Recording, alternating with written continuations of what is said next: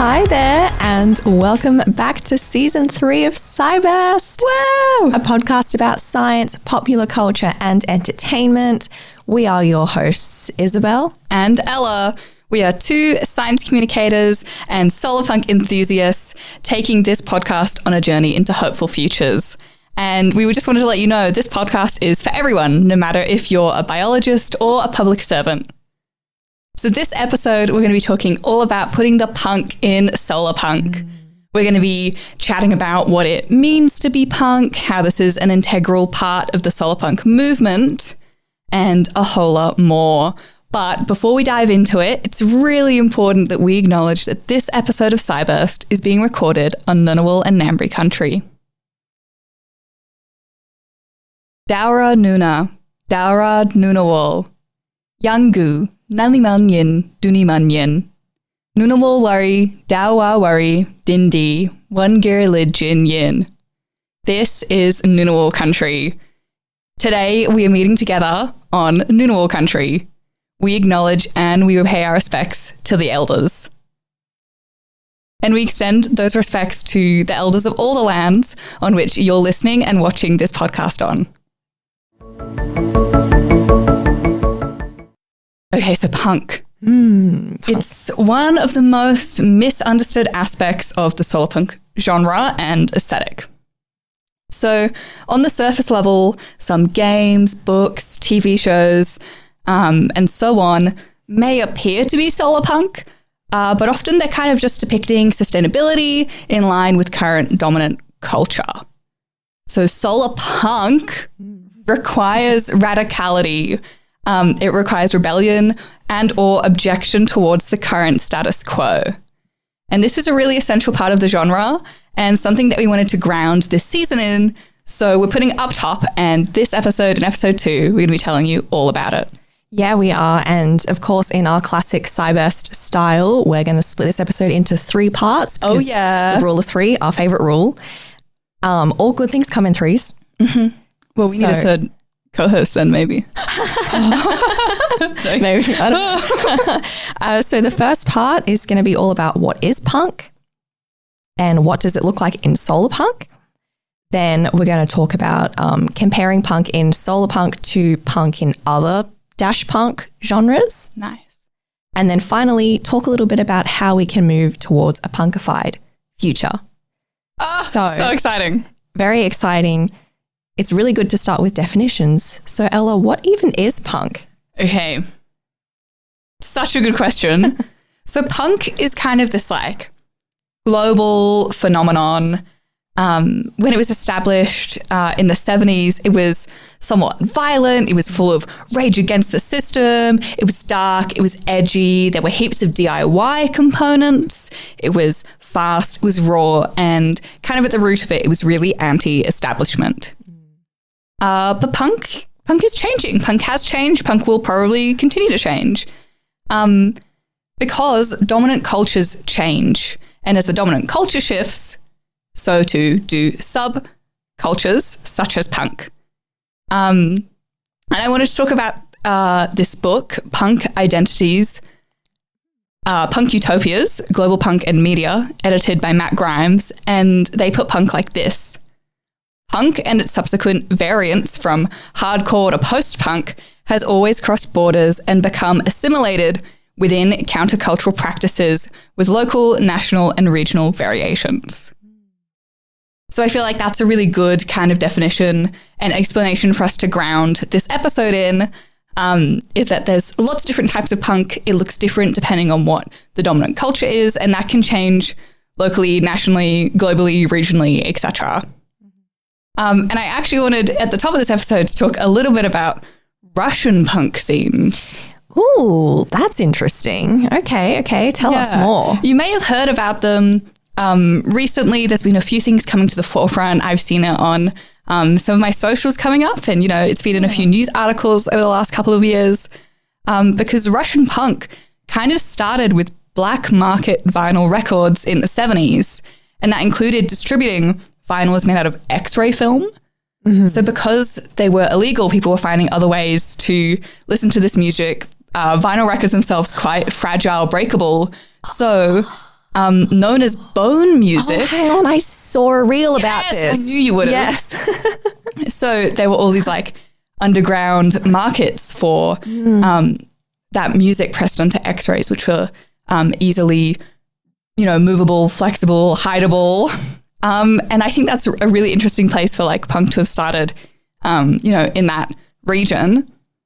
And I wanted to move and talk a little bit about Steinholt, who is an academic who authored a 2012 article called Punk is Punk, but by no means punk. Definition, genre evasion, and the quest for an authentic voice in contemporary Russia, which is like one of the hardest article lines of all time for that to be a heading.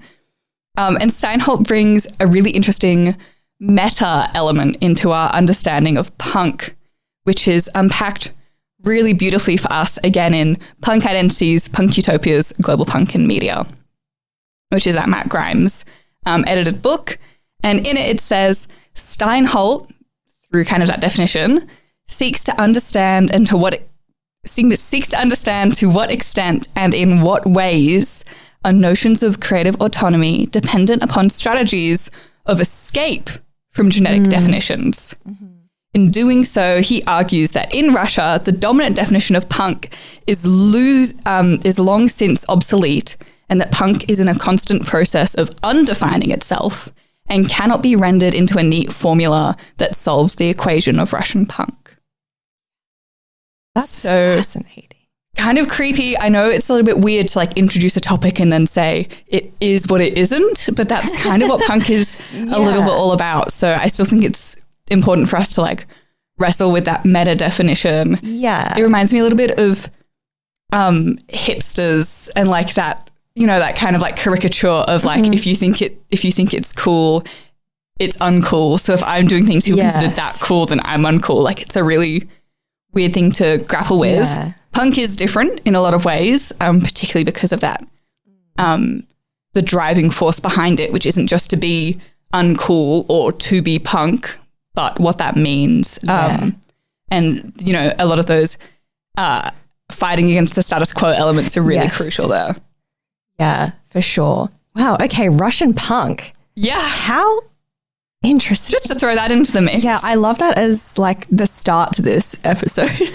But that's a lot on like punk itself. Yeah. Isabel, could you chat to us a little bit more about punk and solarpunk specifically? Yeah. Punk and solarpunk is also its own thing. Yeah. And I've got a definition or quote from an article from the Journal of Sustainability and Education about the punk and solarpunk. So, quote, punk evokes the rebellious and countercultural aspects of the genre. Fundamentally, solarpunk imagines an overturning of the status quo, like we were just talking about, challenging ecological and social injustices in particular. Punk has a long history of anti-establishment, anti-authoritarian, and anti-capitalist thought. Solarpunk proudly carries this tradition into the 21st century.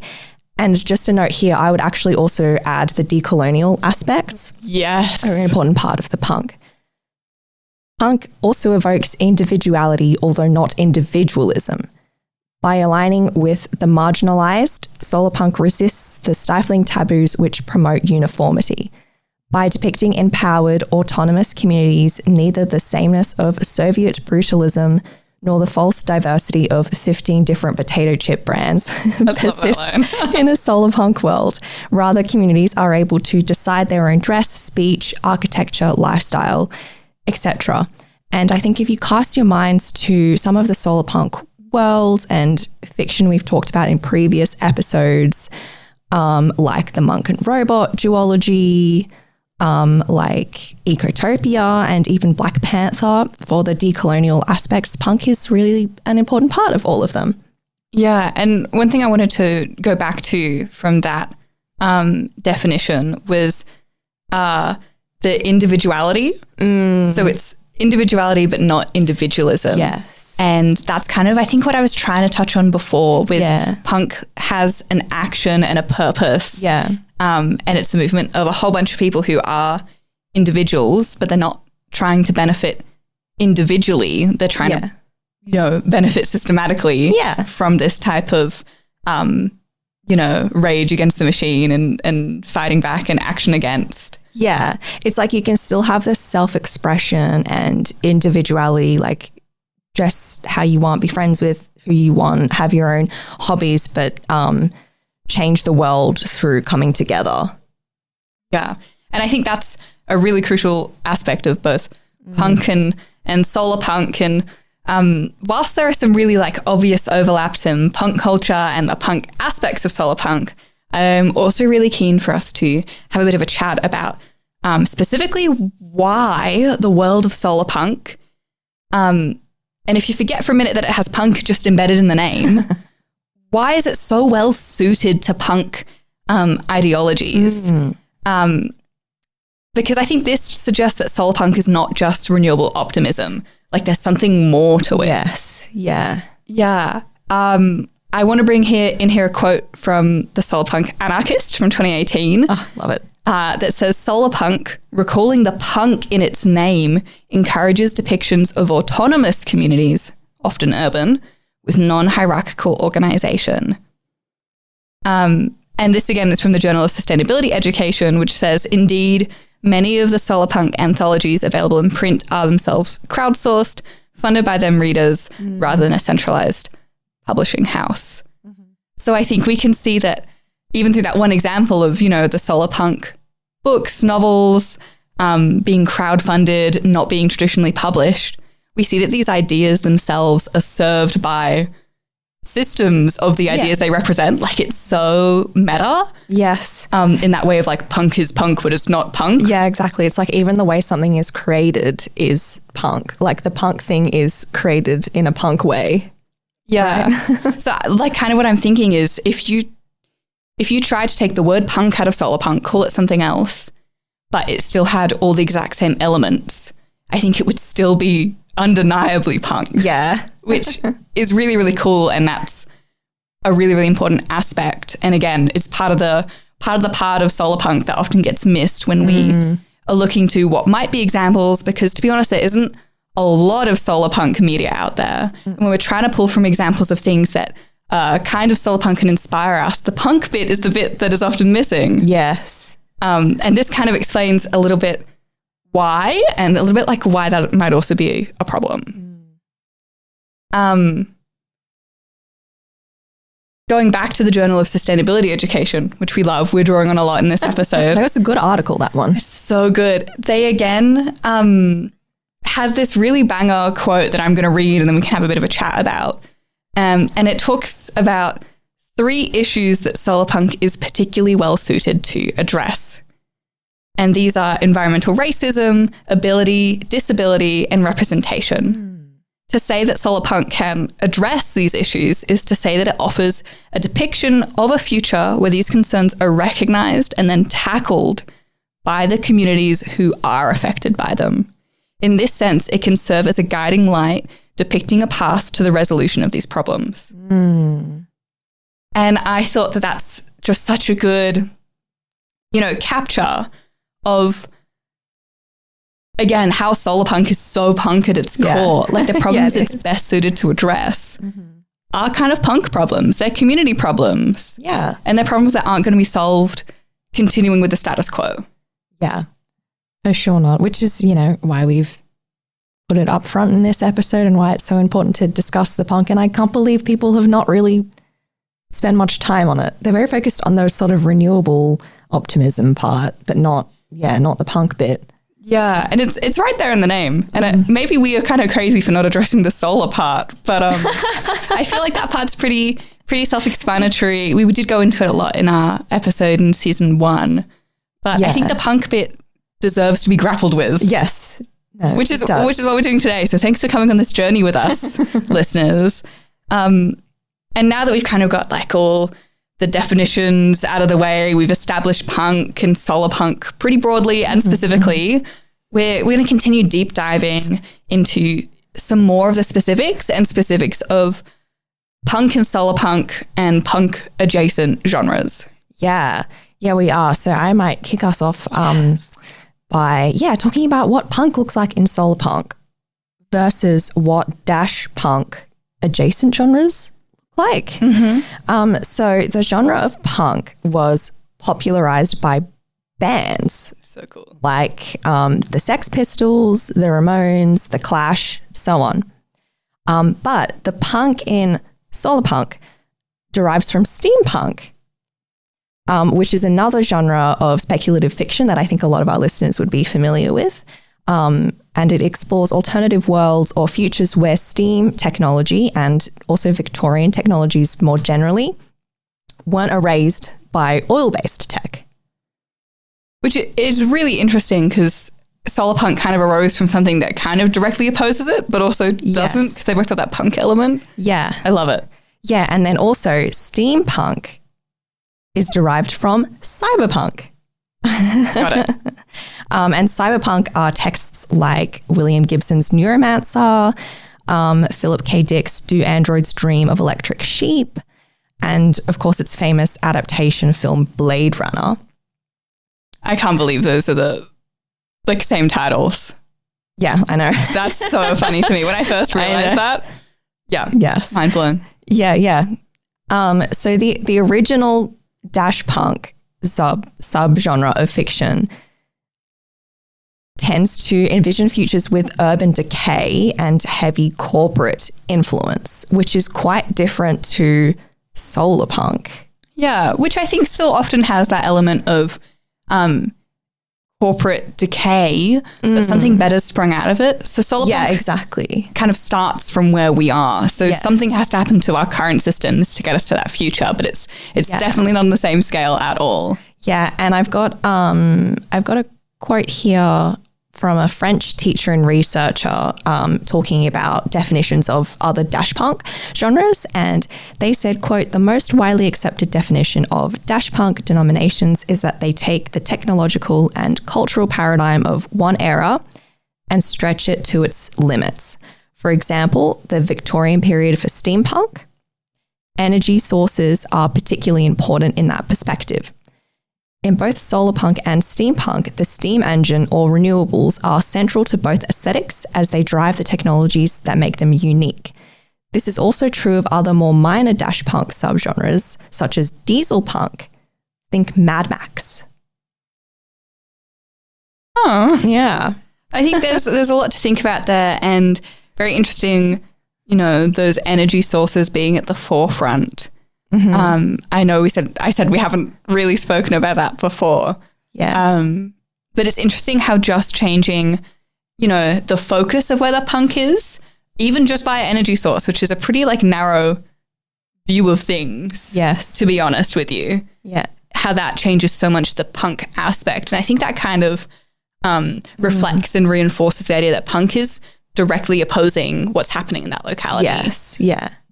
Which is interesting because it kind of means that each of these dash punk genres have to have started in a different place. Yeah.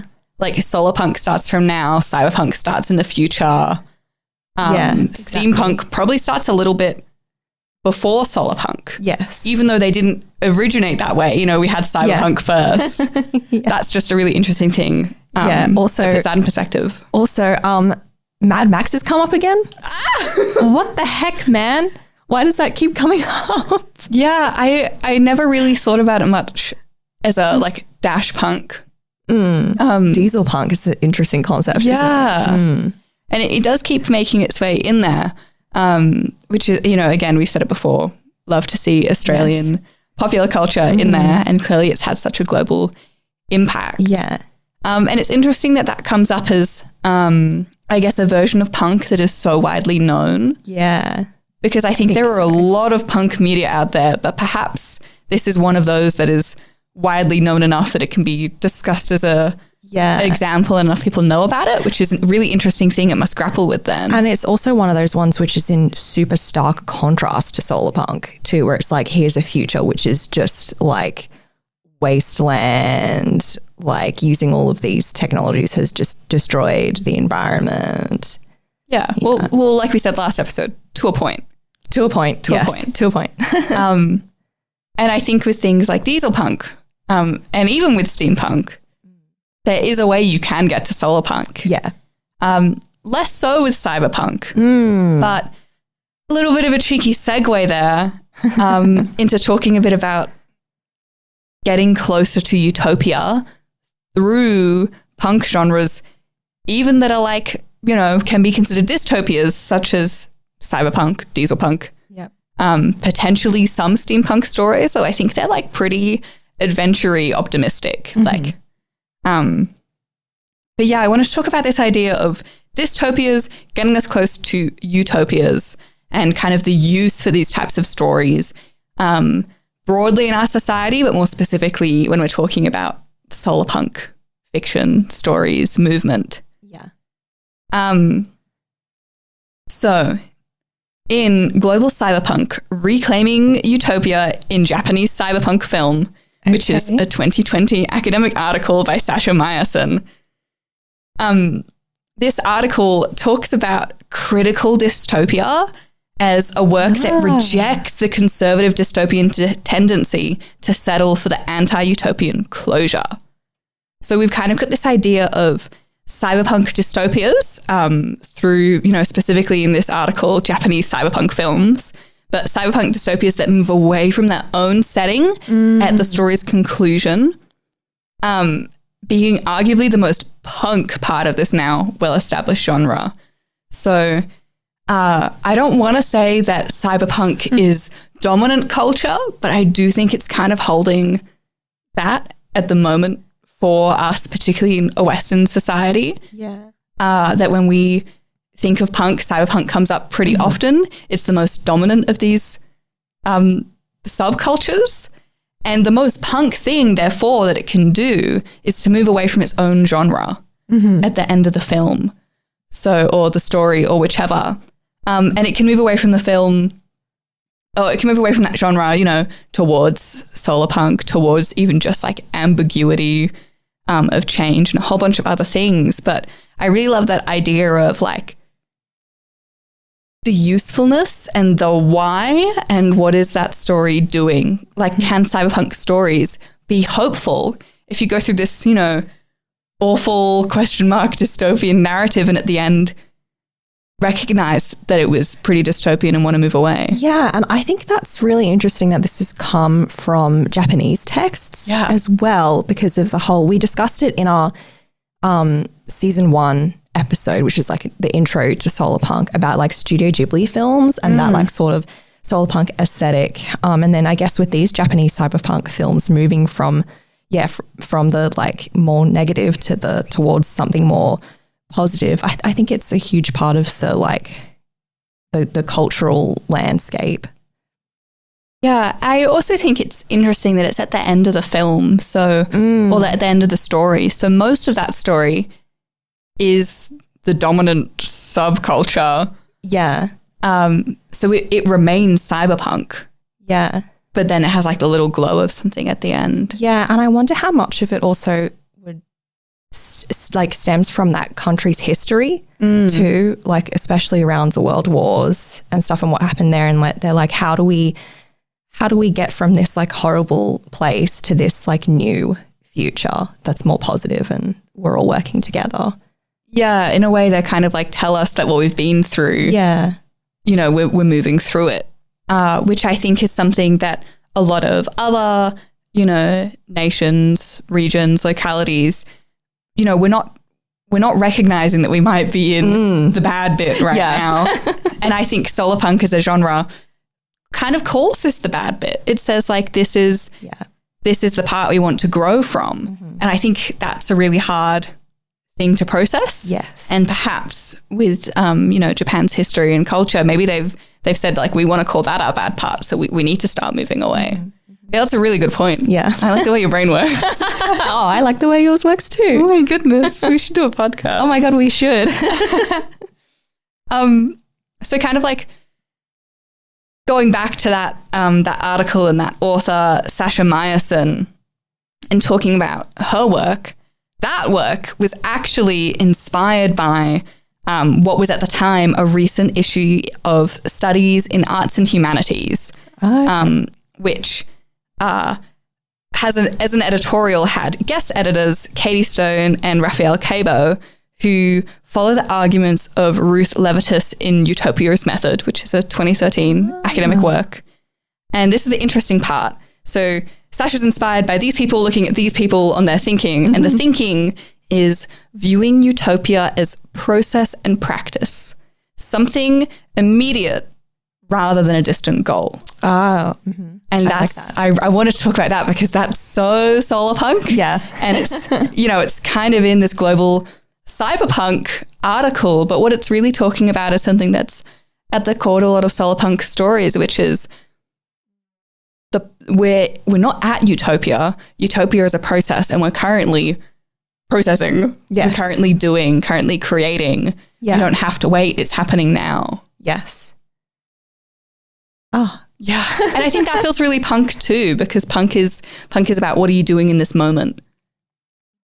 And, there's obvious connections with like the DIY-ness of punk, even aesthetics in clothing and hair and banners and gig venues to solarpunk technologies and communities and transport and reuse of materials. It's so perfect. Like I can understand, and I hope that our listeners are starting to see through these examples too, how much punk is really intertwined with this genre, movement, etc. Yeah, and we're doing it now. Like we are already taking those steps, those solarpunk steps. Oh my God. Solarpunk steps. Yeah. Yeah, and I think that's really exciting, and it comes back to why we started with optimism, even though punk is really crucial. The optimism piece here is like, we're already there. Yes. Like the steps are already happening. Yeah. You can do some solarpunk things today. Yeah. Yeah, what's that famous quote? And I think it's by a sci-fi author. The future's already here, it's just unevenly distributed. Yeah. Yeah, or even the Genevieve Bell quote of oh, it's so gone. Well, what is it? We make the future every day in the present. Oh, the future is made in the present. That's the one. The future is made in the present. Yeah. Yeah. They're very complementary, and I love it. I love it so much. Going back again, sorry, I keep getting distracted. I just want to like talk about everything. I know. Well, these are really good points that you're making. So like, yeah, you've got to, spend time on those. So going back to that guest editorial, these authors, Stone and Carbo, they argue that there's an intimate connection between utopia and activism, that the two exist in a mutual symbiosis, and crucially, without action, utopia is unthinkable. Without the vision of a better world, there can be no action. And those are words and analysis by Sasha Meyerson, who we started with at the top. So I love that. I love the idea of utopia and activism being so close together. That really for me is like the solar, which is the why, and the punk, which is the how. Yeah. And how, I guess how symbiotic those ideas really are in this way. So I'm really activated and empowered by particularly that last part, that without action, utopia is unthinkable. Without the vision of a better world, there can be no action.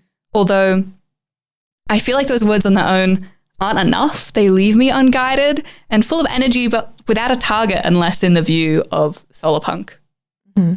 Yeah, those are some really good points. I now wanted to talk about how like solarpunk stands out from all the other dash punk subgenres because it's more grounded in the political criticism, activism, and hope, potentially.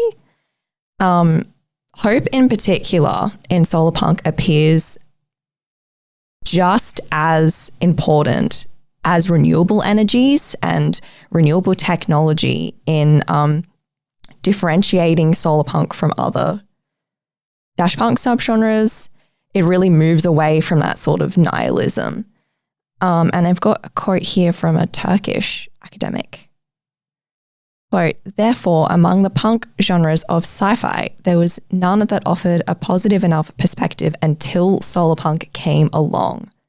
The biggest reason for the inadequacy of these punk genres is that they continue the male-dominant language, culture, and schemes in sci-fi that have been going on for a long time. That is why they are unable to discern the problems of racism, sexism, speciesism, and global climate crisis, and realize how all of them are related to each other. For these reasons, there is a need for innovation, particularly an ecofeminist and critical perspective in the sci-fi of the 21st century, which I thought summed it up really well. That's really good. I really like the idea that solarpunk resonates, so much with us particularly because it does stand out from the other genres which can be more akin to other current sci-fi stories. Yeah. And I think even other stories, like we really struggled to find a lot of good examples for our early 2000s Women in STEM media episode, as well as our queer science episode. We found it really hard to find queer science characters in sci-fi. And we found it quite hard to think of female STEM icons from the early 2000s. Yeah. And for sure.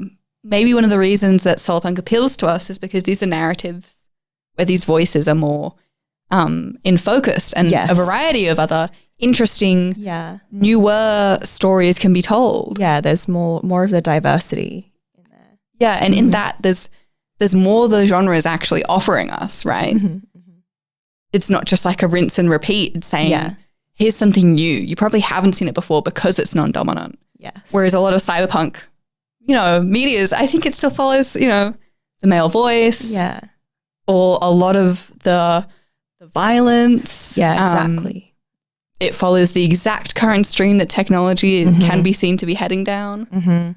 Yeah. Oh, that's such a good perspective. Thanks for offering that one. Yeah. Yeah, and I have another similar perspective that sort of builds on it a little bit. And this comes from Adam Flynn, who's from Arizona State University and wrote something called Solarpunk Notes Towards a Manifesto. Delicious. So, quote, and yes, there's a dash punk there, and not just because it's become a trendy suffix.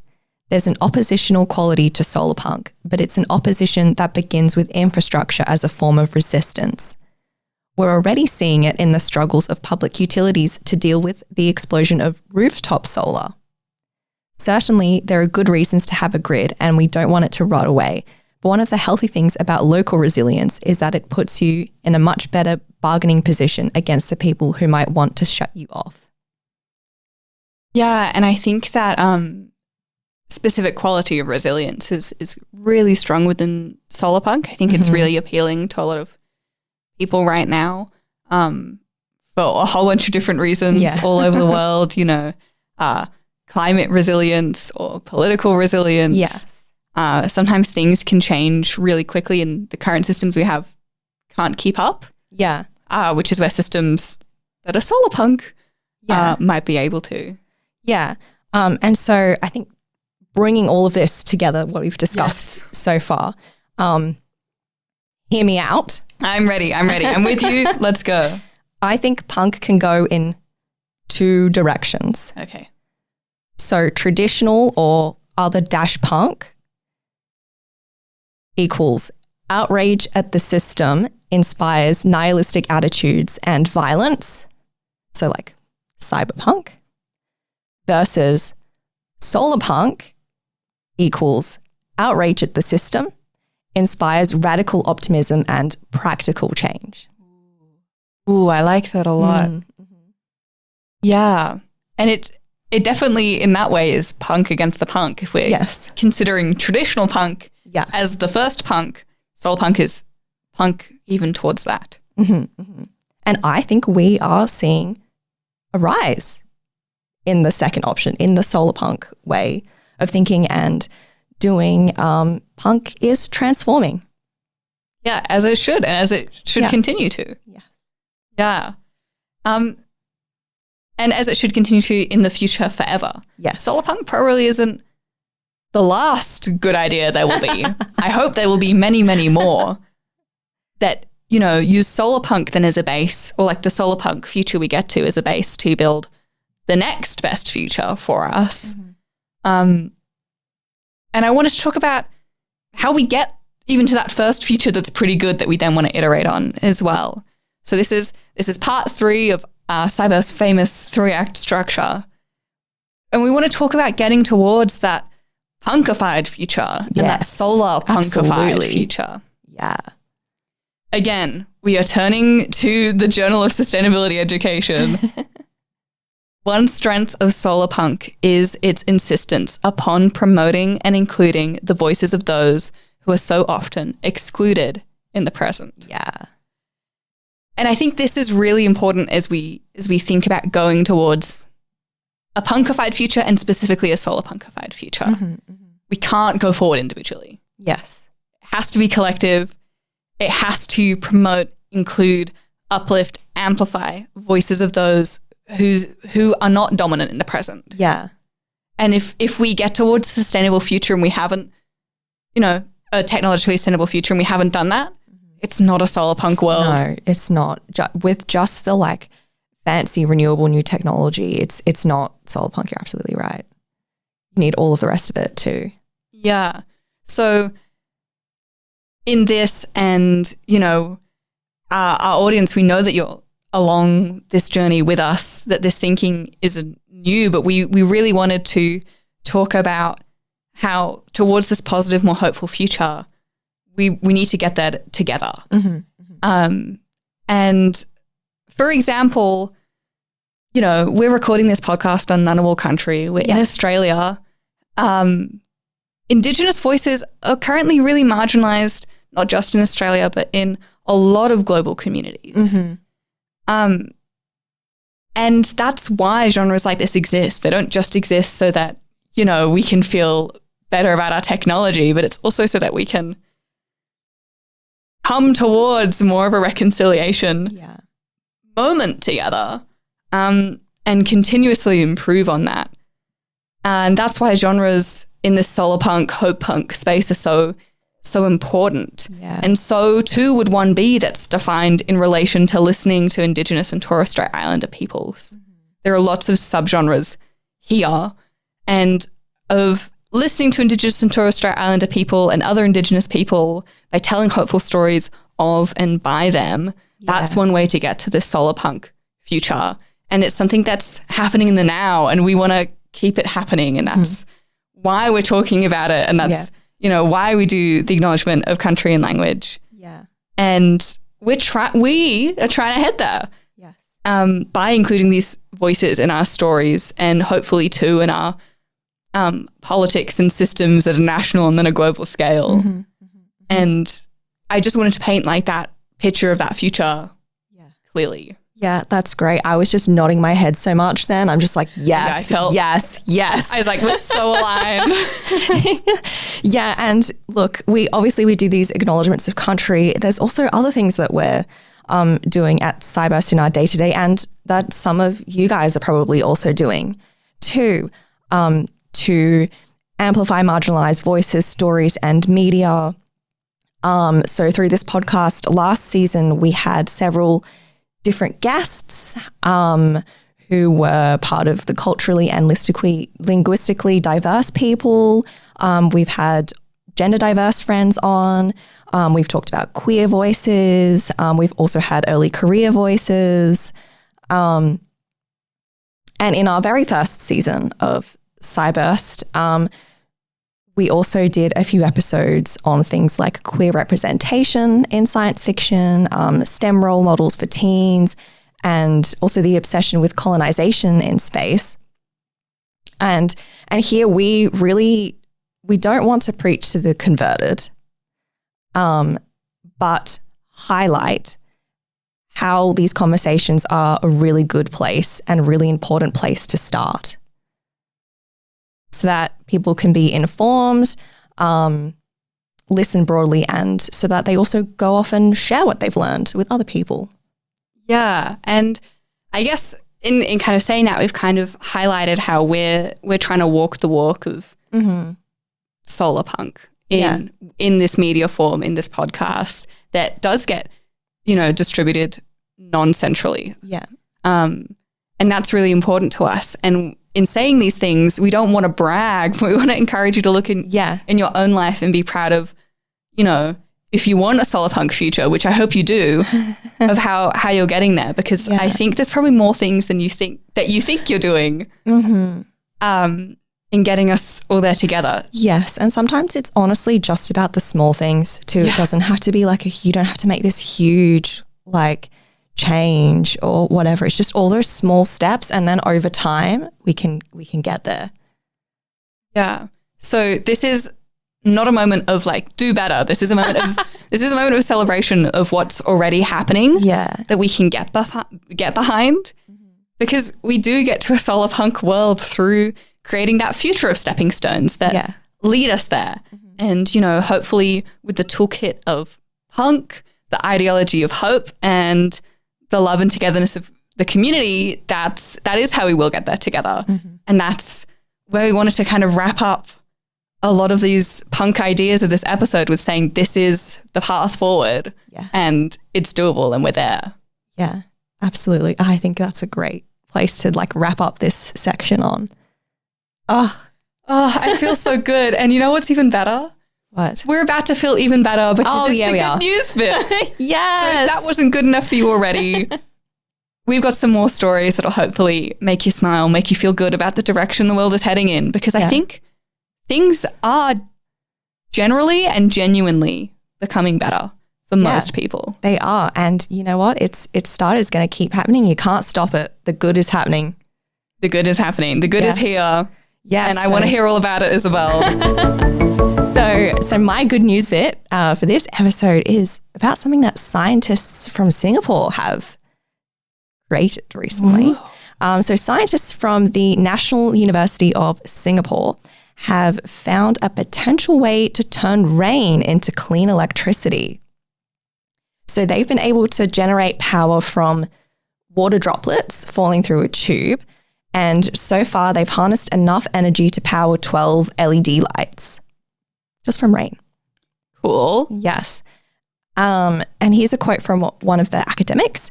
Quote, "Rain falls on Earth every day. All the energy is wasted due to the lack of a system to harvest rain energy. Rain falls from a few kilometers up in the sky to Earth, so there is a lot of room in three-dimensional space to harvest rain energy." And we know like Singapore is one of those places that's solar punk ready. We touched on a few of their sort of solar punk systems in our first episode. So I'm actually not surprised that this like discovery has come from there. And I think this could be a model for turning much larger amounts of water into electricity in the future. And I can really see this working in places like the United Kingdom. Where it rains a little bit, I hear. Yeah, just a little bit. But Ella, what's your good news bit?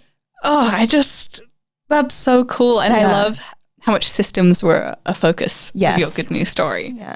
My good news story is a singular case, which I hope will lead to more systematic change. So if you haven't heard already, the world's first personalized gene editing therapy has been a success. Oh, cool. Yeah.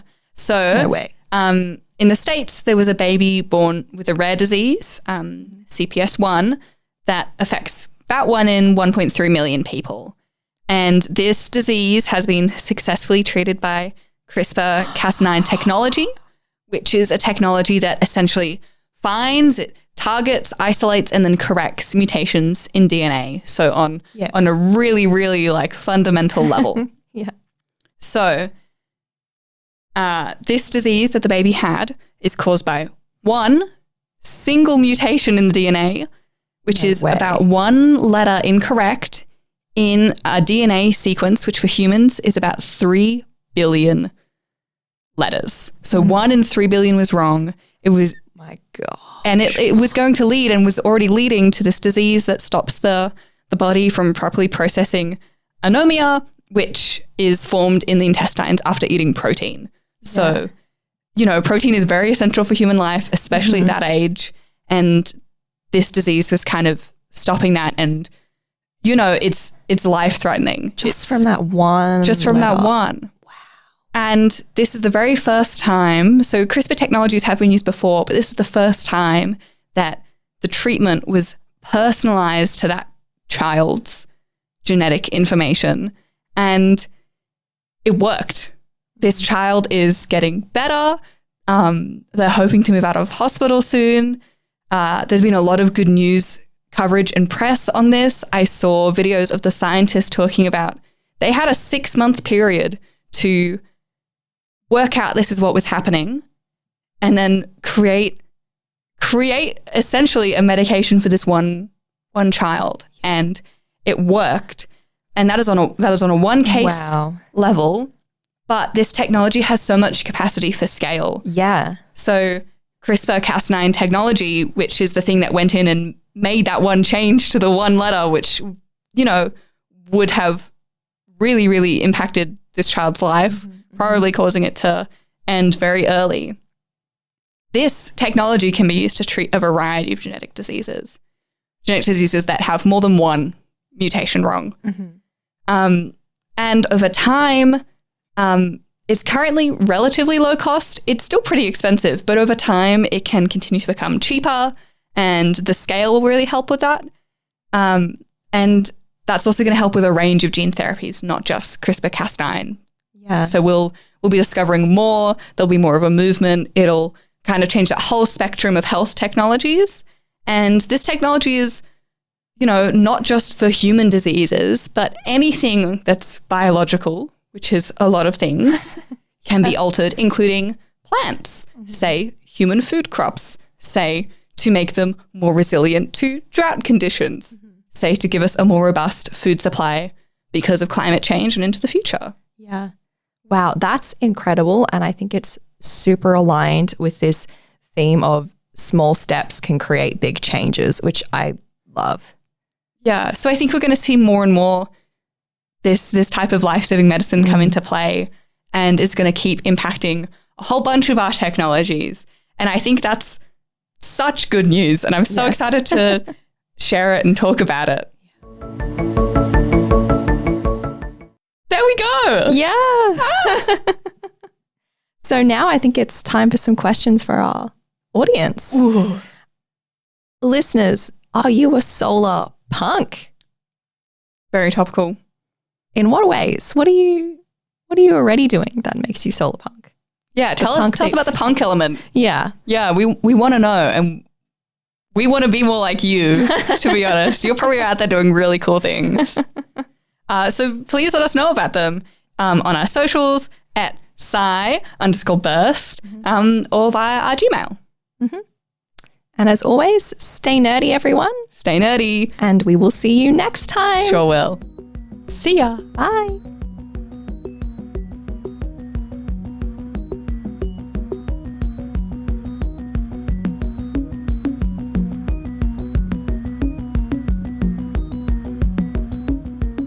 Thank you to ANU CPAS for their support and access to their podcast studio.